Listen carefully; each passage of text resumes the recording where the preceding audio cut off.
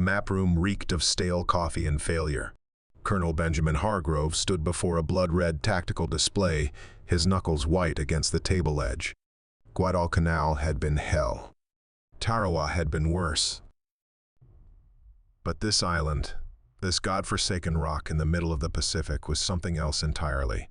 "Sir," the reconnaissance photos came back. Lieutenant Commander Richard Thornton slid a folder across the worn mahogany. "It's worse than we thought." Hargrove didn't need to open it. He'd memorized every bunker, every gun emplacement, every yard of razor wire the Japanese had constructed on that island. 30,000 troops dug in like ticks. Underground tunnels connecting artillery positions. Mines blanketing every beach. And at the island's peak, observation posts that could spot an approaching fleet from 15 miles out. 3 assault attempts. 3 catastrophic failures. The last one had cost them an entire company, 217 men who'd never made it past the surf line. "The Joint Chiefs are calling it a strategic loss," Thornton continued, his voice hollow. "They want to bypass it entirely." "Can't bypass it." Hargrove's jaw tightened. "That island controls the shipping lanes to the Philippines. As long as the Japanese hold it, every convoy we send is target practice." The room fell silent, except for the overhead fan's rhythmic squeak. 6 weeks of planning, thousands of man-hours analyzing attack vectors, consulting with the Navy's best strategists. Nothing worked. Conventional assault was suicide. Naval bombardment only drove them deeper underground. Aerial bombing was like throwing pebbles at a fortress. Hargrove had spent 3 sleepless nights walking the perimeter of the base chain, smoking and thinking about the unthinkable. There was one option left. One that would get him court-martialed if it failed, or make him a legend if it somehow succeeded. What if he said slowly, "We don't send our best men"? Thornton looked up, confused. "Sir, our elite units think like elite units."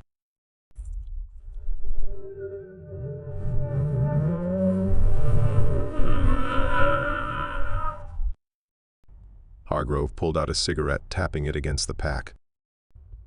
"The Japanese expect that. They've fortified against that. But what if we sent someone who doesn't think like a soldier, someone who thinks like a criminal?" "You've lost me, Colonel." Hargrove lit the cigarette, taking a long drag. "The stockade at Pearl Harbor. How many military prisoners are we holding right now?" "Last count, 372. Mix of deserters, insubordination cases, assault charges, refusal to follow orders." Thornton's eyes widened. "You can't be serious." "I'm dead serious." Hargrove spread the island photographs across the table. "We need 40 men who don't care about protocol, who can improvise, who've already proven they'll do whatever it takes, consequences be damned. Men with nothing to lose." "The brass will never approve this." "The brass just told us to abandon a strategic choke point." "I don't need their approval. I need their desperation." Hargrove stubbed out the cigarette. "Find me the 40 most talented troublemakers we've got. Thieves, brawlers, demolition experts who blow things up without permission. I want men who are good enough to be soldiers but too dangerous to control." Thornton stared at the map, realization dawning on his face. "And if they die, then we lose 40 criminals instead of 400 good men." Hargrove's voice was ice. "But if they succeed, we'll have found something the Navy's never had before, a weapon the enemy can't predict." The brig at Pearl Harbor wasn't built for comfort. Cement walls sweated in the tropical heat. Iron bars corroded from salt air. And behind those bars sat men who'd once worn the uniform with pride before anger or principle or bad luck had landed them here. Cell Block D housed the worst of them. Jack Hunter O'Neill sat on his bunk, methodically cleaning a chess piece he'd carved from soap.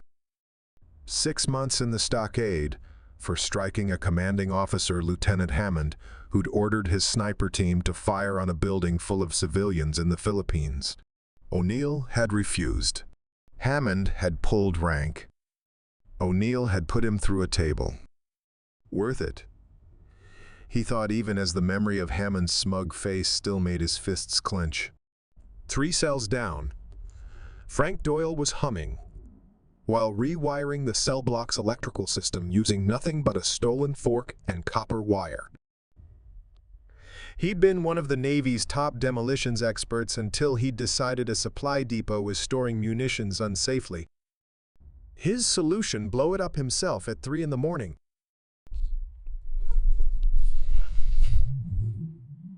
No casualties, but considerable property damage, and one very angry admiral. "Doyle, if you electrocute yourself, I'm not writing the report," barked Sergeant Morris from the guard station. "Then close your eyes and enjoy the show, Sergeant." Doyle grinned, twisting 2 wires together. A light bulb in the corridor flickered to life. "See, I'm practically an electrician." Across the block, Miguel Torres was doing one-armed pull-ups on his cell bars. 100 so far. He'd been the youngest scout in his battalion, able to move through jungle terrain like a ghost. Then he'd gone off mission to rescue a downed pilot disobeying direct orders.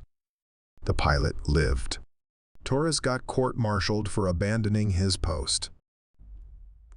And in the medical cell reserved for prisoners with special skills too valuable to waste, Doc Harris sat reading a confiscated anatomy textbook. Combat medic. 3 tours. Dishonorably discharged for knocking out Captain Winters after watching him refuse treatment to wounded enlisted men while prioritizing officers. "You know what your problem is?" Doc Morris called out. "You care too much." "That's not a problem. That's the job." A cell block door clanged open. Colonel Hargrove stepped in, flanked by 2 MPs.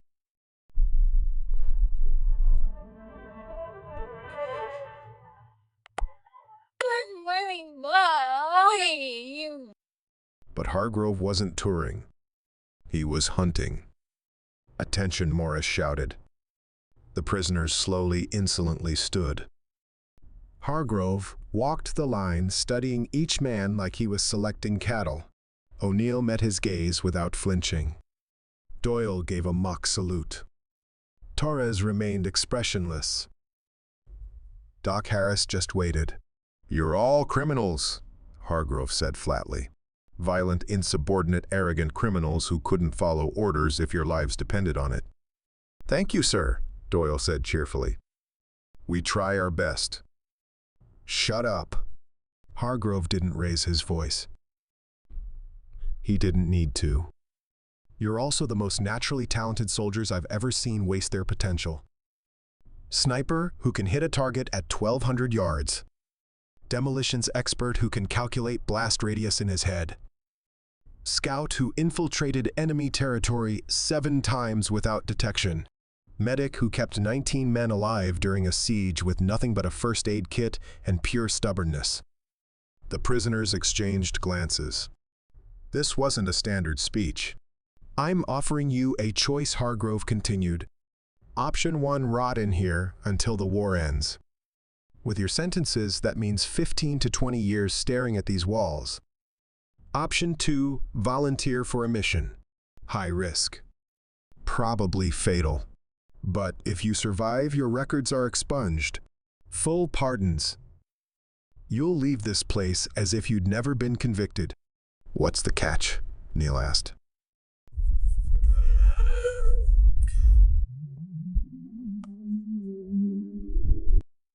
"Doing something that will either end the war in the Pacific 6 months early or end with all of you in body bags." Silence. Even Doyle wasn't smiling anymore. "How soon do we leave?" Torres said quietly. Hargrove almost smiled. "Pack your things. You ship out at dawn." By morning, 40 prisoners had volunteered.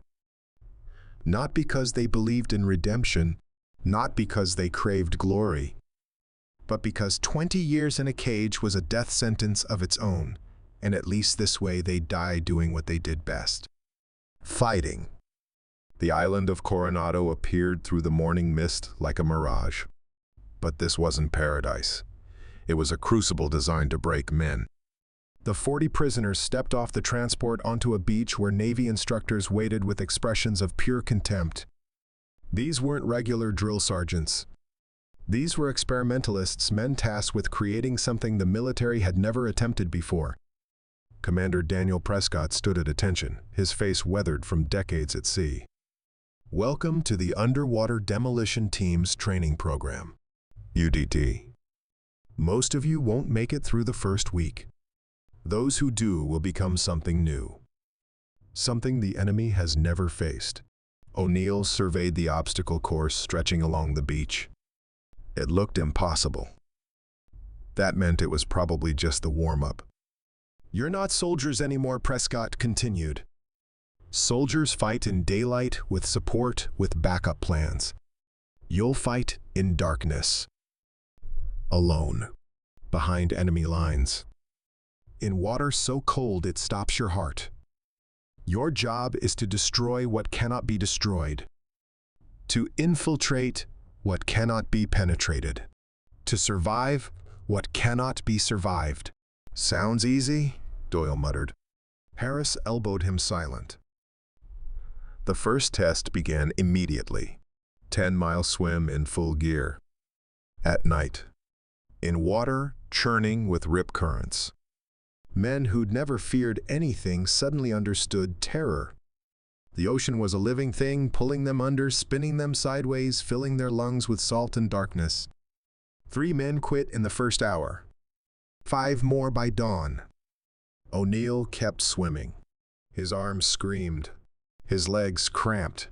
But he'd learned long ago that pain was just information, and he was very good at ignoring information he didn't like. Torres moved through the water like he'd been born there, his strokes efficient and steady. Doc Harris struggled more but refused to stop, his jaw set with pure determination. And Doyle somehow maintained a rhythm, treating each stroke like the ticking of a bomb timer, precise, measured, inevitable. By sunrise, 32 men remained. The second week introduced demolitions training. Not the textbook kind Doyle had learned in demolition school. This was improvised warfare, creating explosives from household materials, calculating charges by feel rather than instruments, planting devices underwater while holding your breath for 3 minutes. "Everything you know is wrong," their instructor barked.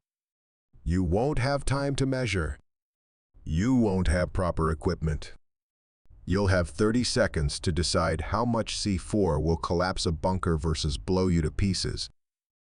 Guess wrong, you're dead.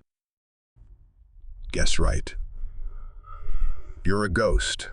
They practiced in pitch darkness, assembling charges by touch alone. Doyle excelled naturally, his fingers dancing over wires and detonators with the confidence of a pianist. But others learned too, driven by the knowledge that mistakes here meant death later. Night infiltration exercises came next. They were dropped 3 miles offshore and ordered to reach a fortified beach position without being detected. Guard towers, searchlights, patrol boats, tripwires along the sand. Torres took point. His years as a scout translated perfectly to this new environment. He moved between shadows like smoke, signaling obstacles with hand gestures so subtle they were nearly invisible. The team followed his lead, learning to breathe shallow, to freeze at the slightest sound, to become part of the landscape. One night, during a drill, simulating an enemy compound, O'Neill had a clear shot at a guard, but hesitated. The instructor later pulled him aside. "Why didn't you take the shot?" "The angle was wrong." "If I'd fired, the muzzle flash would have alerted the other guards." "So what would you do?" O'Neill thought for a moment. "Knife, throw. Silent. If I miss, I'm close enough to finish hand-to-hand before anyone hears." The instructor nodded slowly. "You're not thinking like a soldier anymore. You're thinking like a predator."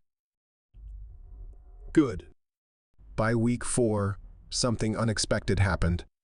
The 40 criminals men who'd been locked up for refusing to work together had become a unit. Not because anyone ordered them to, but because survival demanded it. When Harris nearly drowned during a cave dive exercise, it was Doyle who dragged him to the surface performing CPR while treading water. When a training accident left one man with a shattered ankle, Torres fashioned a stretcher from driftwood and carried him 6 miles through surf. When O'Neill got tangled in razor wire during a night exercise, 3 men worked for 20 minutes to cut him free without triggering alarms. "No one gets left behind" became their unspoken code. Not because it was regulation, because it was survival. Commander Prescott watched from the observation tower as the 32 remaining men executed a perfect synchronized beach assault in total darkness. He turned to Colonel Hargrove, who'd arrived to inspect their progress. "I've been training Navy men for 23 years, Prescott said quietly. "These criminals are the finest soldiers I've ever seen." "That's because they're not soldiers," Hargrove replied. "They're survivors. And that's exactly what we need." The briefing room was cold despite the Pacific heat. 32 men sat in metal chairs, their faces harder now than when they'd arrived 8 weeks ago. Training had carved away the fat, the doubt, the last traces of who they'd been before. Colonel Hargrove stood before a covered map, his expression grave. "Gentlemen, what you're about to hear is classified at the highest level. If you repeat it, you'll be shot. If you fail, you'll be disavowed. If you succeed, no one will ever know your names." He pulled back the cover. The map showed a crescent-shaped island bristling with defensive positions marked in red. Operation Phantom Strike. Target island designation, Kuma 7. Japanese hold estimated 30,000 troops. Fortifications, extensive underground tunnel network, 72 gun emplacements, minefields covering 80% of accessible beaches, observation posts with overlapping fields of fire. Torres let out a low whistle. "That's a fortress. It's more than that. It's the keystone to the entire Pacific theater. As long as Japan holds Kuma 7, they control the shipping lanes between Australia and the Philippines. Every supply convoy we send risks interception. Every invasion plan has to route around it, adding weeks to our timeline." Hargrove tapped the island's northern shore. "Our intelligence says there's a weakness. A drainage tunnel the Japanese use to dispose of wastewater from their underground facilities. It's narrow. It's guarded, but it's the only entrance that doesn't require crossing an open beach under machine gun fire." "You want us to swim through a sewer?" Doyle said flatly. "I want you to swim through a sewer plant demolition charges at 12 critical points throughout their defensive network and detonate simultaneously at 312 hours. The explosions will collapse their coastal bunkers and destroy their ammunition depots. More importantly, they'll create chaos. The Japanese will think they're under assault by a full division." O'Neill studied the map. "While they're scrambling to respond to ghosts." "Exactly. The 4th Marine Division will be standing by 5 miles offshore. When you blow those charges, they'll have a 6-hour window to establish a beachhead before the Japanese can reorganize." Harris raised his hand. "Sir, how do we extract after detonation if we blow the tunnel we came in through?" "You don't extract through the tunnel. You fight your way north to this peninsula where a submarine will surface at 530 hours for exactly 4 minutes. If you're not there, it leaves without you." The room went silent as the reality sank in. 4 minutes. In the dark. After alerting 30,000 enemy soldiers to their presence. "This is a suicide mission," someone said. "This is an impossible mission," Hargrove corrected. "There's a difference. Suicide missions assume failure. Impossible missions just haven't been done yet." He looked at each man individually. You've spent 8 weeks becoming something the enemy doesn't believe exists. Now prove it. O'Neill stood. When do we leave? 72 hours. You'll ship out on the USS Barracuda, approach the island submerged, and deploy under cover of a storm front. Hargrove's voice softened slightly. I won't lie to you. The odds are not good, but you're the only chance we have. The Joint Chiefs have given this operation a 7% probability of success. Then we'll make it 8, Torres said. The men filed out, each absorbing the weight of what they'd agreed to. In the corridor, Doyle caught up with O'Neill. 7% Hunter. That's basically 0. 7's better than what we had in that cell block. O'Neill kept walking. Besides, when has math ever stopped you from blowing something up? Despite himself, Doyle grinned. Good point. Over the next 3 days, they prepared with obsessive precision. O'Neill zeroed his rifle and modified a crossbow for silent kills. Doyle triple-checked his demolition calculations, adjusting for temperature, humidity, and the possibility of wet charges. Torres memorized the tunnel network until he could draw it blindfolded. Harris assembled medical supplies compact enough to fit in waterproof pouches, but comprehensive enough to handle everything from bullet wounds to hypothermia. The night before departure, the 32 men gathered on the beach where they'd first started training. No one spoke. They just sat in the sand, watching the waves, each man wrestling with his own thoughts. Finally, Doc Harris broke the silence. I just want you all to know, whatever happens out there, I'm glad I was in that cell block. I'm glad I met you crazy bastards. We're not crazy, Torres said. We're just committed. Committed to what? Doyle asked. O'Neill stared at the horizon. To finishing what we started. To proving that men like us aren't just criminals. We're soldiers. Maybe the best kind. At dawn, they boarded the USS Barracuda. As the submarine slipped beneath the waves, leaving the California coast behind, each man made his peace with the possibility that he'd never see land again. But they were ready. 8 weeks ago, they'd been prisoners.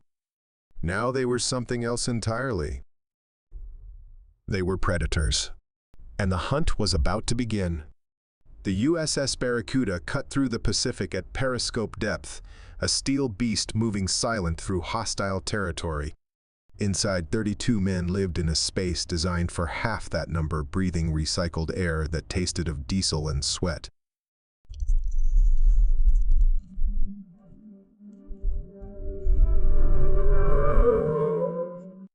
Captain reports surface conditions are deteriorating rapidly, Lieutenant Walsh announced. 50-foot swells, 70-knot winds. Good news, it'll cover our approach. Bad news, we're launching you directly into hell. O'Neill checked his gear for the 15th time. Weapons sealed in waterproof bags. Ammunition dry-packed. Knife strapped to his calf. He'd stripped everything down to essentials. Anything more would drag him to the bottom. The submarine shuddered as a wave hammered overhead. Several men grabbed handrails to steady themselves. Listen up, Commander Prescott addressed them in the cramped torpedo room. Once we surface, you'll have 90 seconds to deploy before we submerge again. The storm will mask our presence, but it'll also try to kill you. Stay together. Follow Torres to the rendezvous point. And remember, the Japanese don't expect anyone stupid enough to attempt this. Use that. At 2100 hours, they began the final approach. The submarine rose slowly, angling through subsurface currents toward the island's northern coast. On the sonar display, the outline of Kuma 7 appeared like a jagged tooth. Depth 60 feet. Bottom composition mostly coral and volcanic rock. The navigator traced their route. There's a channel here that'll get us within a mile of the insertion point.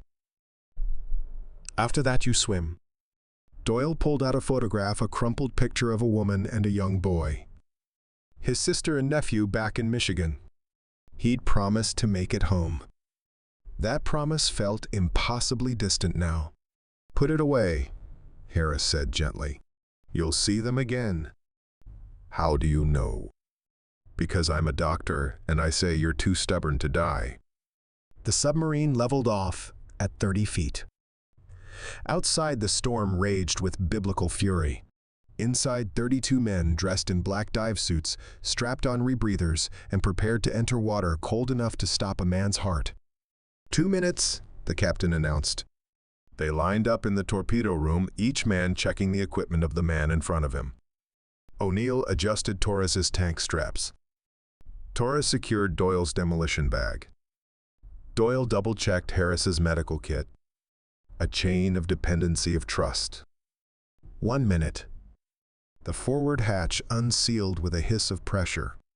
Cold air rushed in, carrying the smell of salt and violence. 30 seconds. O'Neill looked back at the men behind him. Criminals, all of them. Rejects. The ones the military had thrown away. But tonight, they would become legends. Go, go, go. They dropped into the Pacific like stones. The cold hit like a physical blow. O'Neill's lungs seized despite the rebreather. Around him, 31 other men fought the same shock, forcing their bodies to adapt to survive, to push forward into darkness. The submarine vanished beneath them, leaving only the storm. Torres surfaced, first orienting by instinct. Even in complete darkness with waves trying to tear him apart, he knew where the island was. He'd memorized the currents, the wind patterns, the way the water moved around submerged rocks. He signaled with a waterproof light, 2 flashes. "Follow me." They swam in formation, fighting the storm with every stroke. 32 men moving like a school of fish, responding to threats in unison. When a wave rose, they dove beneath it. When the current pulled sideways, they compensated together. But the ocean was relentless. 20 minutes and Harris's rebreather malfunctioned. He surfaced, gasping, choking on salt water. Doyle saw immediately, diving back to him. No words, they couldn't hear each other over the storm anyway. Doyle handed over his backup mouthpiece, sharing air while they both treaded water in 12-foot swells. They stayed like that for 90 seconds, an eternity in those conditions, until Harris's breathing steadied. Then they continued, Doyle keeping one hand on Harris's shoulder to ensure he didn't fall behind. The island appeared through sheets of rain like a fortress wall. Cliffs rising 60 feet straight up. Searchlights sweeping methodically across the water, visible even through the storm. Machine gun nests silhouetted against the night sky. Torres led them wide, following the coastline until they reached the designated entry point. A storm drain barely visible at the waterline, gushing wastewater into the ocean. This was it. Point of no return. One by one, they slipped into the tunnel. The passage was claustrophobic, barely wide enough for a man to fit with equipment. The water flowing against them was frigid and foul, carrying debris and the chemical stench of Japanese fuel dumps. They moved single file, each man keeping physical contact with the one ahead, because losing someone in this darkness meant they were gone forever. O'Neill let his knife out, testing for tripwires or submerged obstacles. Behind him, Torres navigated by touch and memory. Then Doyle, then Harris, and 28 more, a human chain threading through the bowels of the enemy fortress. A body brushed against O'Neill's shoulder. He froze. Japanese soldier dead, maybe 3 days trapped in the tunnel. He pushed past, carefully signaling the others. They continued in silence, each man confronting his own mortality as they swam past the corpse. The tunnel angled upward. The current grew stronger, and somewhere ahead in the darkness, 30,000 enemy soldiers waited, utterly unaware that death was swimming toward them through their own sewage system. The tunnel opened into a concrete chamber lit by a single flickering bulb. Torres surfaced, first weapon, ready, scanning for threats. Empty. He signaled all clear.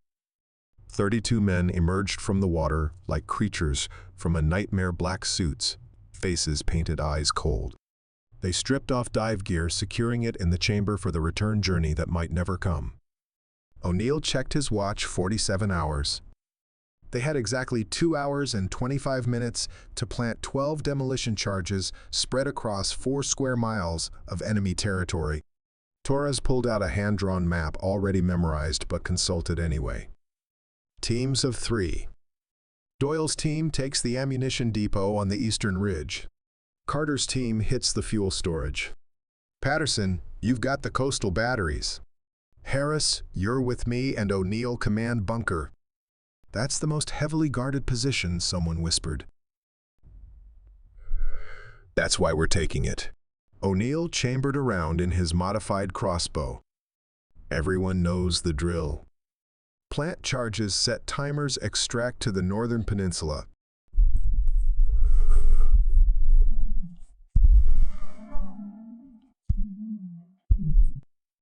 Miss that window, you're swimming home. They separated into teams, each group disappearing into the network of drainage tunnels that honeycombed the island's defensive structure. The Japanese had built this fortress to be impregnable from outside. They'd never considered someone might infiltrate from within. O'Neill's team moved through the darkness with practiced silence. Torres led his hand signals, directing them past guard posts, around patrol routes, through blind spots in the Japanese security net.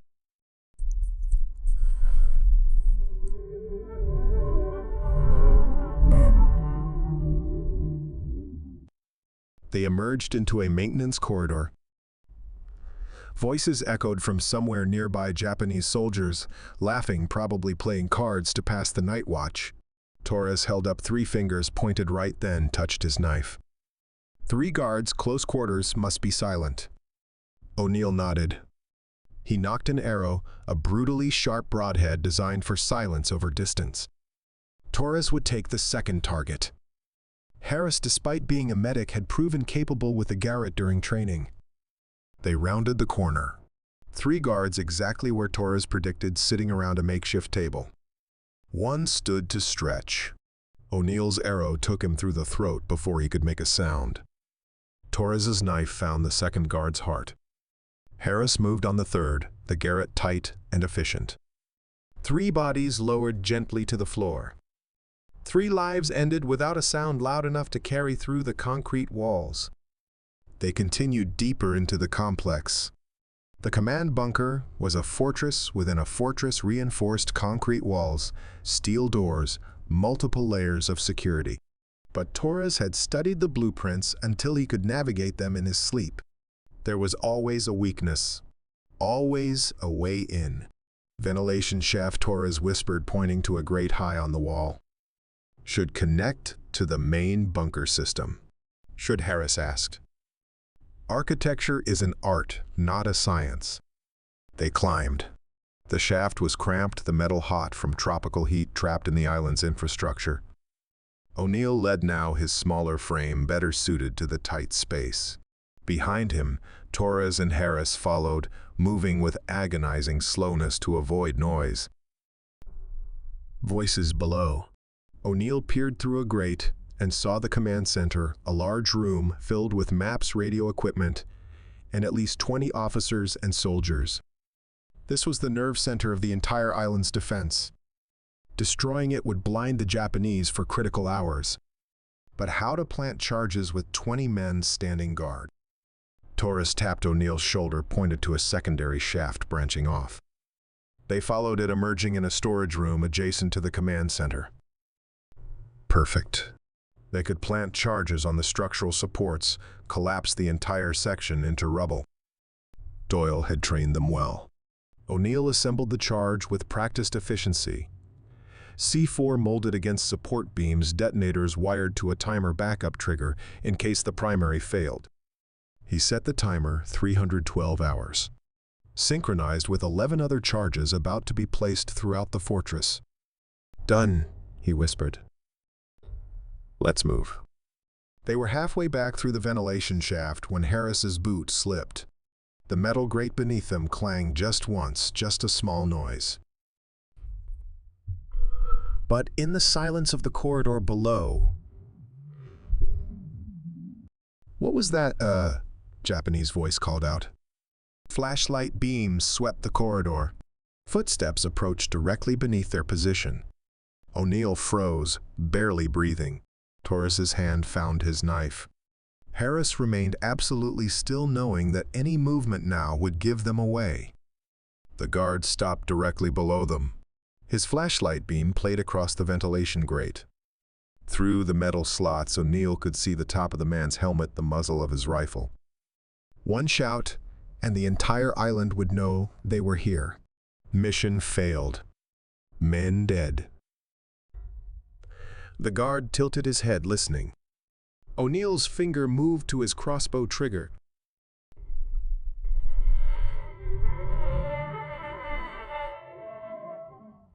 If the man looked up, saw them, there would be 1 second, maybe less, to kill him before he could raise the alarm. Seconds stretched into eternity. Then another voice called from down the corridor, something in rapid Japanese. The guard responded, laughed, moved away. His footsteps faded. They waited 30 seconds more, then continued their escape.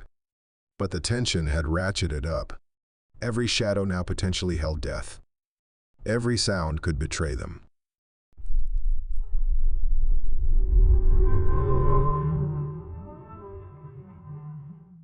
They emerged from the tunnels at 223 hours, regrouping with the other teams in a jungle clearing half a mile from the fortress.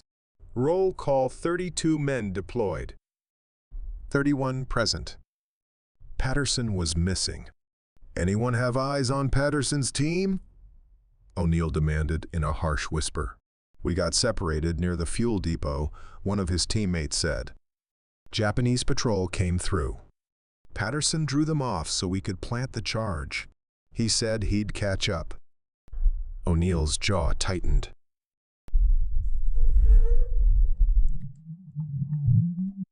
"49 minutes to reach the extraction point, and one man still inside the fortress."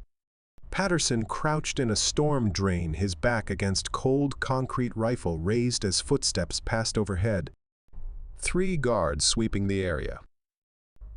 They knew someone was here, now they just didn't know who or where. His timer read 254 hours. 18 minutes until every charge on this island detonated simultaneously. If he was still inside when that happened, he'd be vaporized along with half the Japanese command structure. But he'd drawn the patrol away from his team deliberately. They'd planted their charge, a critical one, on the fuel depot that would send burning gasoline flooding through the underground tunnel network. His job was done. Theirs was survival. He just had to reach the extraction point. 2 miles through enemy territory. Alone. In 17 minutes, Patterson checked his weapon. 3 rounds left. 1 grenade. And a knife that had already tasted blood tonight. He moved. Meanwhile, at the extraction point, O'Neill made the hardest decision of his life.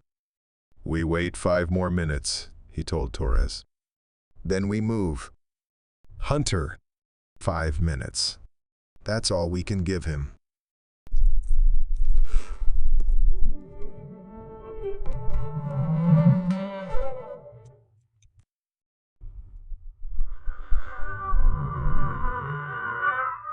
If the Japanese found them here, pinned down on this peninsula with nowhere to retreat, it would be a massacre. Doyle sat with his back against a tree, staring at his watch. Every second felt like an hour. He'd trained with Patterson for 8 weeks. Shared meals. Told stories. Patterson had a wife in Oregon. 2 daughters. He'd shown Doyle their pictures, 7 and 9 years old, gap-toothed smiles. Come on, you stubborn bastard, Doyle whispered to the darkness. Run. 301 hours. Patterson burst from the jungle at full sprint, 3 Japanese soldiers in pursuit. He'd lost his rifle. Somewhere was armed with just his knife and grenade. Behind him, the guards were shouting, raising weapons. "Contact," Torres yelled. The team opened fire. Suppressed rifles coughed quietly, muzzle flashes barely visible. The three pursuers went down before they could return fire. Patterson dove into their perimeter, gasping. "Took your time," he managed between breaths. "You're buying the first round when we get back," Neil said, helping him up. "Now move. We've got 11 minutes. They ran. 32 men sprinting through jungle terrain in near total darkness, guided by Torres's seemingly supernatural sense of direction. Behind them, alarm sirens began wailing as the Japanese finally realized something was very wrong. Searchlights swept the jungle. Voices shouted orders. Dogs barked. 307 hours. Their Harris pointed. Through the trees, they could see the northern peninsula, a narrow strip of land jutting into the ocean. And beyond it, nothing but dark water, where in 23 minutes, a submarine would surface for exactly 4 minutes. They burst onto the beach. No time for stealth now. Speed was survival. 311 hours. 60 seconds to detonation. Down O'Neill roared. 32 men hit the sand hands over heads, mouths open to equalize pressure. 312 hours. The island erupted. 12 charges detonated in perfect synchronization. The ammunition depot went first, a fireball that turned night into day, the shockwave visible as it rippled through the air. Then the fuel depot, liquid fire pouring through underground tunnels like the breath of a dragon. Coastal batteries exploded sequentially, each blast triggering the next, a chain reaction of destruction. And deep beneath the fortress, the command bunker collapsed. Reinforced concrete shattered like glass. Steel beams twisted into abstract sculptures. The nerve center of 30,000 troops simply ceased to exist. The sound was beyond comprehension, a physical force that shook the earth, that turned sand to liquid beneath them.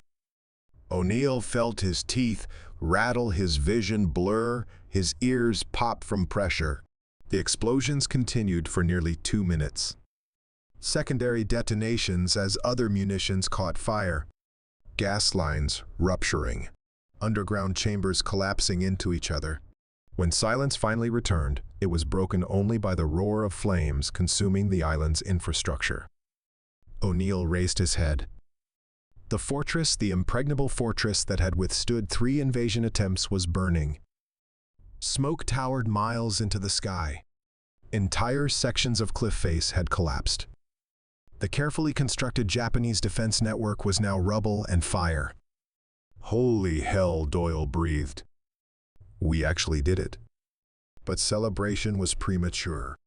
In the water, offshore signal lights flashed. The 4th Marine Division, 5 miles out, had seen the explosions. They were beginning their approach, battle flags flying. And from the ruins of the fortress, Japanese soldiers were emerging, thousands of them, confused and angry, and very much alive. "We're not done yet," Torres said grimly. "Look." A patrol was heading directly for their position. 50 men, maybe more, weapons ready. In their current state, exhausted, low on ammunition, no support, 32 men couldn't hope to hold against those numbers. The submarine, Harris said. "How long?" O'Neill checked his watch. 19 minutes. "Can we hold for 19 minutes?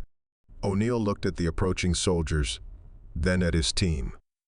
Criminals. Outcasts. Men who weren't supposed to be soldiers at all. "We've held this long," he said. "What's 19 more minutes?" They took positions along the peninsula, each man finding cover, conserving ammunition. And as the Japanese patrol advanced through the smoke and fire, 32 men who'd once been considered the worst, the military had to offer, prepared to prove they were actually the best. The first wave hit them at 324 hours. 50 Japanese soldiers advancing in formation, their rifles cracking in the darkness. O'Neill's team returned fire from behind rocks and fallen trees, each shot carefully placed to conserve ammunition. Short bursts, O'Neill commanded. Make every round count. Torres dropped 3 soldiers with 3 shots, his marksmanship training evident even in chaos. Beside him, Doyle used his last grenade to devastating effect, throwing it directly into the advancing line. The explosion broke their formation, sent men scattering. But more were coming. O'Neill could see them emerging from the ruins, hundreds of soldiers disorganized but furious, searching for whoever had destroyed their fortress. Ammunition count, he called. 14 rounds, Torres answered. 9, Harris said. Around the perimeter, men shouted similar numbers. They had maybe 2 minutes of sustained fire left. Then it would be knives and fists. 331 hours. 14 minutes until the submarine. A second wave approached, larger than the first. At least 70 men moving more cautiously now, using cover, advancing in a coordinated assault pattern. These weren't panicked soldiers. These were professionals. Their flanking left, Patterson shouted. O'Neill swung his weapon, saw the movement. A squad of Japanese soldiers had split off, circling through the jungle to catch them from the side. Classic tactics. Effective tactics. Torres, Harris, Patterson hold the left. Everyone else maintain front. The 3 men shifted position, creating a defensive line against the flanking maneuver. Torres saw the lead soldier and didn't hesitate. His rifle barked once and the man went down. But his companions kept coming, firing as they advanced. A bullet struck the tree next to Harris's head, showering him with splinters. He returned fire blindly, forcing the attackers to seek cover, then dropped his empty rifle and drew his sidearm. 6 shots left. 7 hostiles visible. The math wasn't working in their favor. Hunter Doyle called from the front line. Maybe 30 seconds before they overrun us. O'Neill scanned the battlefield, his tactical mind working through options. They were outnumbered 20-1, low on ammunition, exhausted. By every military doctrine he'd ever learned, this position was untenable. But military doctrine was exactly what had gotten them locked up in the first place. Fall back to the water, he ordered. Fighting retreat, keep spacing, maintain fire. The team moved backward in disciplined stages. Front rank fired while rear rank repositioned, then reversed. It was a maneuver they'd practiced during training, never believing they'd actually use it under live fire. They reached the waterline at 337 hours. Sir, one of the younger men asked, his voice tight with fear. Are we swimming for it? Not yet. Torres, how deep is it here? Drops off fast. 20 feet, about 15 yards out. Perfect. Everyone in the water to chest depth. Use the waves as cover and keep firing. We've got 8 minutes. It was insane. Standing in the ocean, partially submerged, while soldiers fired at you from the beach. Every military manual said it was suicide. But O'Neill wasn't following manuals anymore. They waded in the cold water, shocking after the heat of battle. The waves provided intermittent cover. When they crested, the team was visible. When they fell, they vanished. The Japanese soldiers on the beach found themselves firing at phantoms. And from those waves, precise return fire continued. Torres, standing chest deep, was still hitting targets at 60 yards. Doyle had switched to his pistol, making every shot count. Harris, despite his medical training, was proving remarkably competent in combat. But it couldn't last. The Japanese were calling in reinforcements. O'Neill could see larger formations moving down from the fortress ruins, probably 500 men or more. 342 hours. 3 minutes. Okay, Neil said quietly. On my mark, we dive and swim for the rendezvous point. Stay submerged as long as you can. Surface only when you absolutely need air. The submarine will be there. And if it's not someone asked, then we swim to Australia. 344 hours. Mark. 32 men vanished beneath the waves. They swam in complete darkness, lungs, burning muscles, screaming from exhaustion. The peninsula was 400 yards behind them. The rendezvous point was 300 yards ahead. And in that gap, Japanese bullets churned the water into foam. O'Neill surfaced for air, saw tracers lighting up the night dove again. Around him, his team was doing the same brief gasps of oxygen, then back under. Human submarines racing against time and bullets? 345 hours. The submarine was scheduled to surface in 0 minutes. But the ocean remained dark and empty. O'Neill surfaced again, treading water, looking desperately for any sign. Nothing. Just waves and darkness and the sound of Japanese soldiers mobilizing on the beach behind them. "Where is it?" Doyle gasped beside him. "Should be here," O'Neill said, fighting down panic. The timing. Then he felt it. A change in the water pressure. A displacement of waves. Something massive, moving beneath them. The USS Barracuda broke the surface like a breaching whale water cascading off its hull. The conning tower appeared first, then the forward deck. A hatch opened and sailors emerged, waving urgently. "Move, move," they shouted. "We've got 3 minutes before the Japanese batteries find range." 32 men swam like their lives depended on it, because they did. Hands reached down, pulling them aboard one by one. O'Neill went last, counting heads as each man was hauled onto the deck. 29. 30. 31. "That's everyone," he shouted. "Dive, dive, dive," the captain ordered.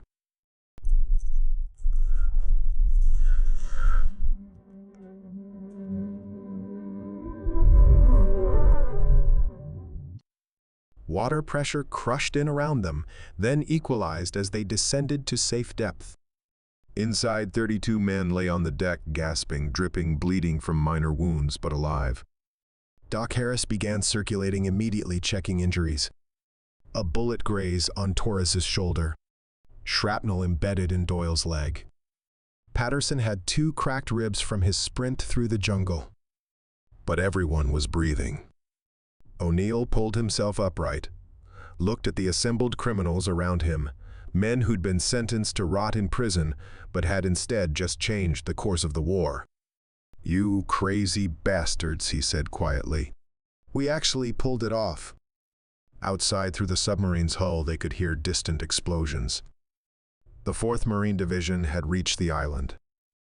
The beachhead was secure. And 30,000 Japanese soldiers expecting an impregnable fortress instead found smoking ruins and chaos. The Battle of Kuma 7 would be over in 6 days instead of 6 months. And 32 men who weren't supposed to be heroes had made it possible.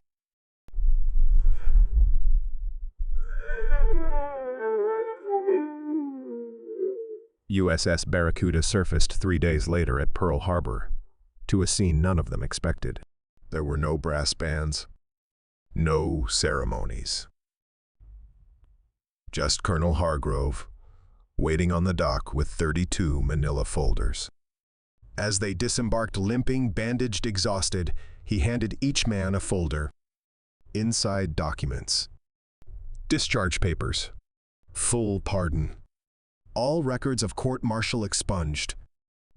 As promised. "Gentlemen," Hargrove said formally, "as of this moment your sentences are vacated. You're free men." O'Neill stared at his discharge papers, the government seal embossed in gold. 6 months ago, he'd expected to spend the next 20 years in a cell. Now he held proof that legally his imprisonment had never happened. "What about the mission report?" Torres asked. "Does anyone know what we did?" "That's classified to the highest levels. The Battle of Kuma 7 will be recorded as a victory for the 4th Marine Division. Your involvement will never be documented." Hargrove's expression was unreadable. You asked to be erased. Consider yourselves erased. They stood in silence, processing this. They'd executed the impossible lost men they'd come to see as brothers changed the trajectory of the entire Pacific War, and no one would ever know. Doyle laughed bitterly. So we die anonymous and leave famous? No, Hargrove said. You don't die at all. That's the point. He walked to the end of the dock, gestured for them to follow. At the Naval Headquarters building, Admiral Chester Nimitz was standing with a group of senior officers. When Hargrove's team approached, Nimitz studied them with open curiosity. These are the men, the Admiral asked. Yes, sir. Nimitz walked slowly down the line, examining each face. O'Neill stood at attention, acutely aware that he was being evaluated by one of the most powerful men in the Pacific Theater. I've read the after-action reports, Nimitz said. What you accomplished should have been impossible. The Joint Chiefs calculated a 7% survival probability. You made that look generous. He paused in front of Torres. You navigated through a fortress that's been studied by our best intelligence analysts for 6 months, and you found weaknesses they missed. How? I didn't think like an analyst, sir. I thought like someone who needed to survive. Nimitz nodded, slowly moved to Doyle. You calculated blast charges in your head at night, underwater, under fire. Our demolitions experts say the precision required should have taken days of planning. I didn't have days, sir. The Admiral continued down the line, speaking briefly with each man. When he reached O'Neill, he stopped. Colonel Hargrove tells me you refused a lawful order in the Philippines. That's why you were court-martialed. Yes, sir. The order was to fire on a building suspected of housing enemy combatants. You believed it contained civilians. I knew it contained civilians, sir. I could see them through my scope. And you chose to protect the enemy rather than follow orders. O'Neill met his gaze steadily. I chose to protect innocents rather than commit murder, sir. If that's the enemy, then I'm guilty. For a long moment, Nimitz said nothing. Then he turned to address the entire group. Gentlemen, what you've proven is that sometimes the military's greatest asset isn't obedience. It's judgment. You were all convicted because you made decisions your superiors disagreed with. But on Kuma 7, those same qualities saved thousands of lives. He clasped his hands behind his back. I'm authorizing the formation of a new unit. Underwater demolition teams. UDT. It will be small, selective, and operate outside normal command structure. Its mission will be to accomplish objectives that conventional forces cannot. I'm offering each of you a position. The shock was visible on their faces. They'd expected to be dismissed, forgotten. Instead, they were being asked to stay. You don't have to decide now, Nimitz continued. Your pardons stand either way. But if you choose to accept, you'll be writing doctrine that doesn't exist yet. Creating tactics that have never been tried. You'll be the first of a new kind of soldier. O'Neill glanced at Torres, at Doyle, at Harris. Saw the same question in their eyes. They'd earned their freedom.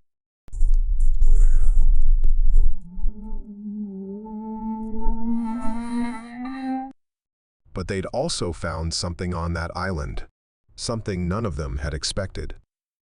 They'd found purpose. I'm in, O'Neill said. Me too, Torres added. One by one, all 32 men accepted. Over the following months, they trained others, refined their techniques, executed missions throughout the Pacific that remained classified for decades. The underwater demolition teams became legendary within military circles. The men who could go anywhere, destroy anything, survive the unsurvivable. And in 1962, when President Kennedy established the Navy Sea, Air, and Land Team SEALs, The foundation had already been laid by those 32 criminals who'd proven that sometimes the men who break the rules are exactly who you need when the rules no longer apply.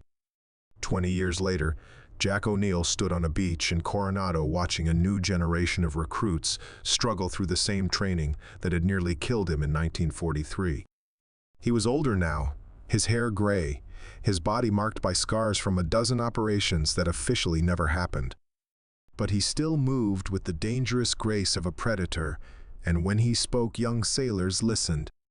"You think you're tough?" he called out to the recruits floundering in the surf. "You think surviving Hell Week makes you special? Let me tell you about real hell." They gathered around, exhausted, desperate for any words of wisdom that might help them survive.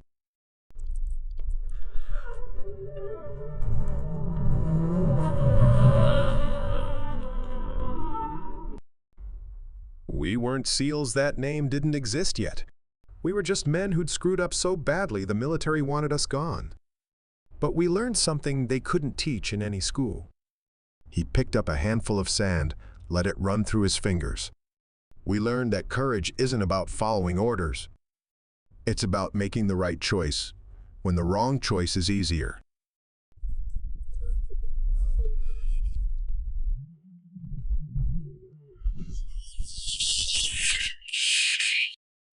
That survival isn't about being the strongest or the fastest.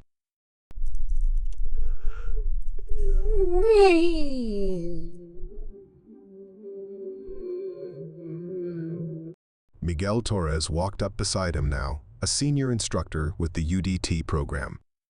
His shoulder still bore the bullet scar from Kuma 7, a permanent reminder of that night. The men who founded what you're becoming, Torres added, were considered disposable. Society had judged us. The military had convicted us.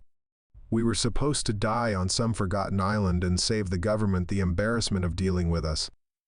Instead, O'Neill continued, we survived. And we proved that sometimes the most valuable soldiers aren't the ones who follow every rule, they're the ones who know when to break them. Frank Doyle emerged from the equipment shed carrying detonation primers. He'd stayed in the Navy, becoming one of the foremost experts on underwater demolitions in the world. His techniques were now standard training. "Listen up," Doyle said to the recruits. "Everything you're learning here, the diving, the demolitions, the silent infiltration, we invented it. We didn't have manuals or protocols. We had to figure it out while people were trying to kill us. So when your instructors say something is impossible, remember that everything we do was once considered impossible." Doc Harris, now a lieutenant commander overseeing medical training, added his perspective. "And when you feel like quitting, when your body is screaming and your mind is telling you that you can't take another step, remember that somewhere out there is an enemy who's counting on you to quit. Every time you push through, you're proving him wrong." The four of them stood together, these architects of modern special warfare, watching the next generation struggle and grow. One of the recruits raised his hand.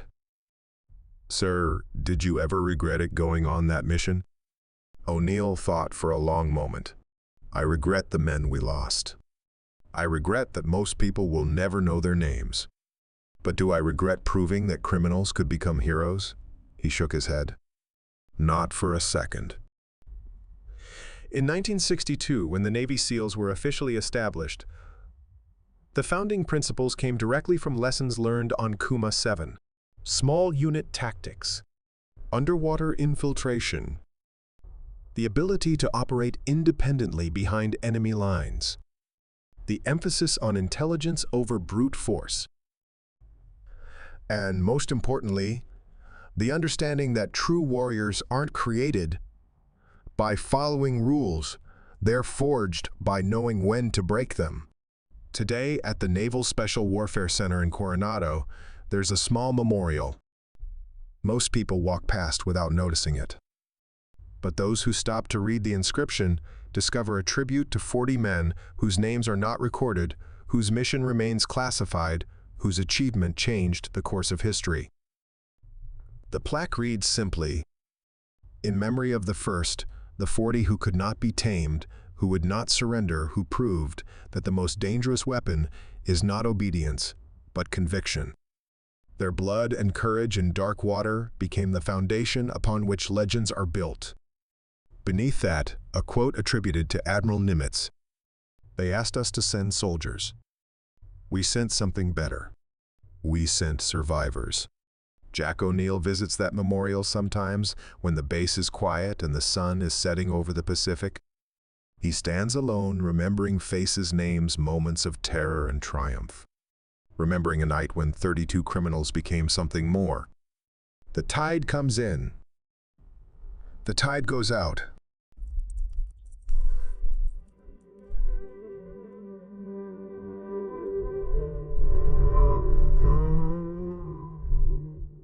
And somewhere in that vast ocean, the legacy of those 40 men continues in every SEAL who slips beneath the waves. They weren't the first Navy SEALs. That designation came later. But they were the first to prove that elite warriors don't come from privilege or perfection. They come from adversity, from mistakes, from the refusal to let failure be the final word. They were criminals who became soldiers. Outcasts who became brothers. Men who weren't supposed to be heroes who saved the day anyway. And their legacy endures in every trident pinned to every SEAL's chest, a reminder that sometimes the best soldiers are the ones who had to fight for the privilege to serve.